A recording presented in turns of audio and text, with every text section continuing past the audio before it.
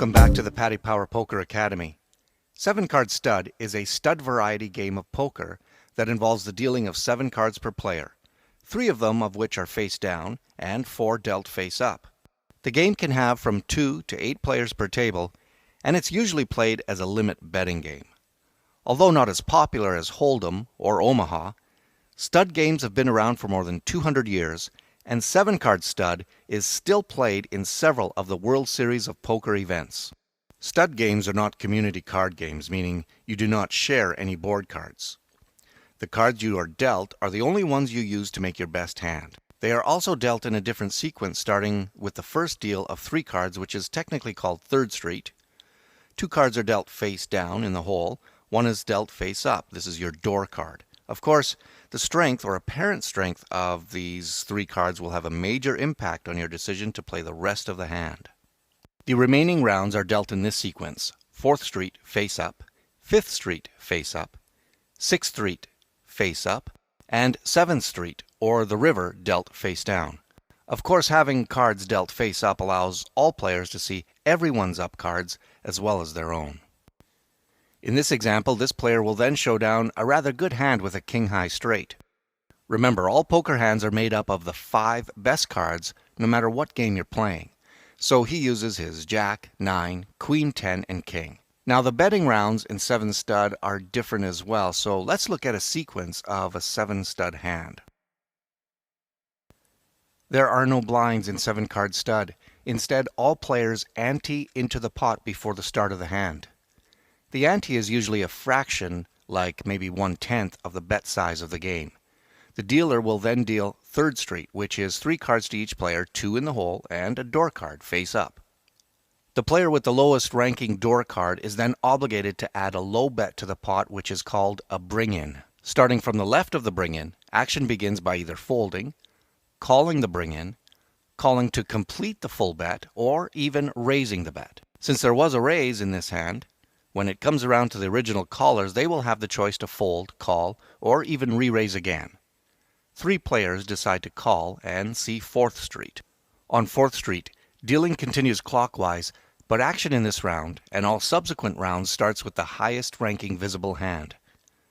So here the Ace-King can start the action with a check or bet, but he decides to bet, while the other 3 players all decide to flat call. Normally, 4th Street betting also allows for a double bet if one or more of the players is showing a pair, like in this hand, for example. So after 5th Street is dealt, there is a new best hand showing with a pair of queens. Hey, that's going to be us. We should bet here, keeping in mind that on 5th Street, the minimum bet is always the big bet for the game. So if you're in a $2, $4 stud game, you would have to bet $4 here if you decided to bet. So that's what we will do. We get a call and then, whoa, a re-raise from the player holding 3 spades. That bet forces this player to fold, but we put in a call and so does this player. Okay, that means there's 3 of us going to 6th Street. We still have the best hand showing, so it's up to us to check or bet. But now we're a little cautious about getting re-raised again, so let's just check this time. The next player does the same thing, but as you might have guessed, this player leads out with another bet. If his last card was another spade, that would probably mean an easy fold for us, but the deuce could also mean 2 pair now.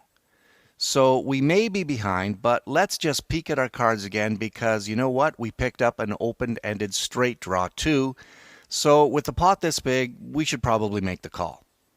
The other player didn't like his last card too much, so he folds, leaving just us and him. So those chips are added to this pot, and now it's time for the river card, which, as you might remember, is dealt face down. And so we decide to check just to be safe, but once again, our opponent bets out. Betting out here into a pot this size is almost inviting a call, so we really could be behind now, even though we hit our king-high straight on the river. We are beat by a full house and a flush, which is what he's been representing all along. But before he turns his cards over, it's important to note that one of the skills required to be a winner at 7-Card Stud is observation, or simply paying attention. In that way, you can take full advantage of all the information that 7 Stud lays out on the table for you in the form of up cards. For example, our opponent here has put out a bet representing either a flush or full house. We should probably call with our straight based on the size of the pot anyway, but we can use other information from the start of the hand to make our decision easier. For example, we know this player had a deuce, and we also know there was an ace folded, as well as 6 spades that are not in his hand.